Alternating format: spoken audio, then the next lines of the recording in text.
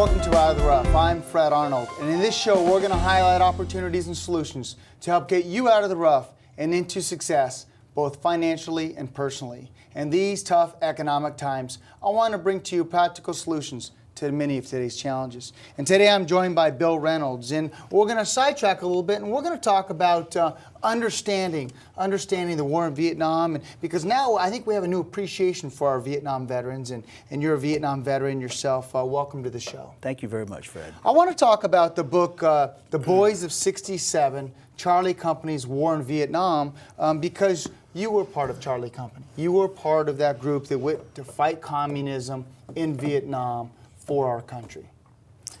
Indeed. So tell me about the draft. Tell me about what happened as far as being drafted into the war. What was the feeling of the country at the time? Well, to start off with, I wasn't interested in going in the service. Some of my best buddies were joining the Marines and wanted me to join with them, but I was going to college and had a great job working, had a beautiful girlfriend, a new car. And well, what more could a young man want? I was 18, 19 years old, living large. And but I made the fatal mistake of dropping out of college. I was going to resume the next semester, but bam, I got the draft notice. Greetings.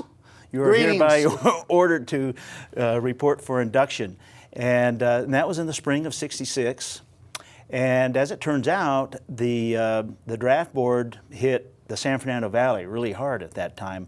The reason being is they were reactivating the 9th Infantry Division at Fort Riley, Kansas for combat in Vietnam. So I ended up in Fort Riley. And there was some optimism at the time. We were going to fight communism. Oh, yeah. So there was a little bit more of a gung-ho spirit that we're doing the right thing. Exactly. I mean, there was a lot of nervousness by us young guys. Absolutely. But we were bound and determined to do what our fathers did, protect our country. So you went to boot camp, and then you find yourself in Vietnam.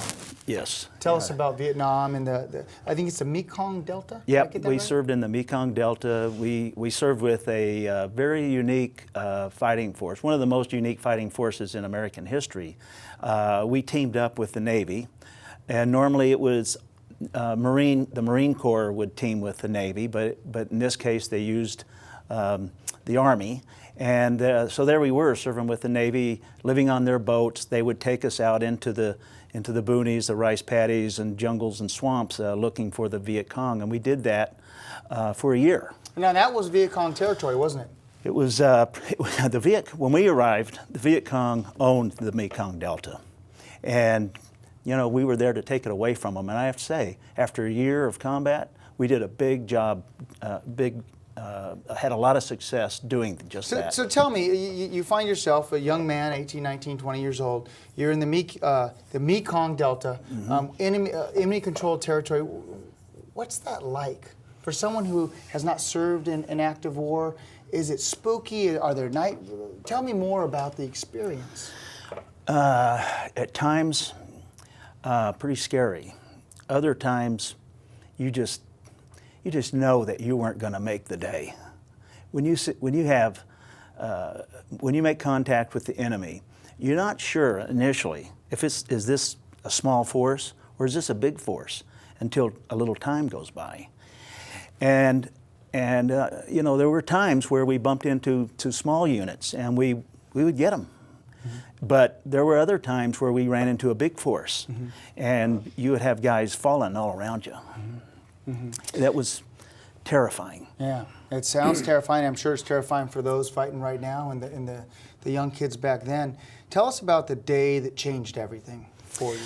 Well, the thing that happened after we came back from Vietnam, the Tet Offensive of '68. I'm sure a lot of people have heard about it. It was a massive assault by the North Vietnamese and the Viet Cong in the South. And they brought everything they had to bear to just put a wipeout on the Americans and the South Vietnamese Army. And they failed. They were obliterated. But the American press, particularly Walter Cronkite, deemed that it was a major loss for the American troops. And then on March 31st, the day, '68, President Johnson announced that we were going to negotiate for peace. He was going to stop the bombing in North Vietnam, and he was not going to run for re-election as president. He basically gave up. So from then on out, it was a losing cause in Vietnam. Yeah, the attitude changed quite a bit. Dramatically. Yeah. You know, one of the things about the book, The Boys of 67, you're finding right now those that go to war, specifically in Iraq and Afghanistan, they're coming back to a little more of a hero's welcome. Is the story of the book, does it help heal some of the boys of 67, the story getting out there about your heroic activities in war? Well, for me, the book, I mean, first of all, we're all proud that Dr. Andrew Weiss took 5 years out of his life to write this book about us.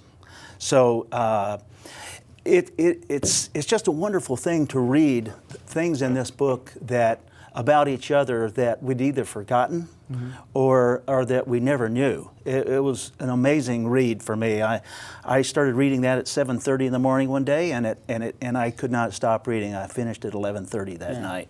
Touching. I want to touch upon one thing I think is very important that we share, and that is, tell us about the Bronze Star that you received, and how that came about for the boys that were with you. All right, and my platoon, the 2nd Platoon of Charlie Company, went over to Vietnam with approximately 35 guys in our unit. And by September, that was January of 67, by September we were down to 12. A lot of guys killed, a lot of guys wounded, a few transferred. And our platoon leader was being transferred. He didn't want to go, but they forced him to transfer. And he put the 12 of us in for the Bronze Star. But he was transferred, and the award was not received. We didn't even know about it. But many years later, we started having our reunions, and Lieutenant Jack Benedict would ask us at the reunions, "Did you get the Bronze Star?" I said, "No, didn't even know about it." And finally, he decided that, last year actually, he decided that he would put us in for it. So he submitted letters to all of our congressmen, and through Buck McKeon, Congressman McKeon's efforts, and his expert staff guy, J.D. Kennedy, he got it done. So we were awarded it last summer. Yeah. Myself I and was another at the guy. ceremony. It was a beautiful ceremony. It's fantastic. It was such a good feeling to be recognized after all this time. And I'm really proud of my platoon leader.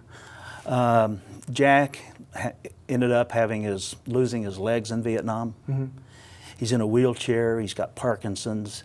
He's having a tough go of it these days, and I think he just wanted to get it done before he couldn't get it done. Right, he couldn't get it done. Well, I want to personally thank you for your service, and I wanted to share this on Out of the Rough because sometimes when we think we have things difficult and challenging, we really don't when we look at the perspective. And reading The Boys of 67, Charlie Company's war in Vietnam, I think will help give that perspective. And it'll also, it's to those that didn't come back.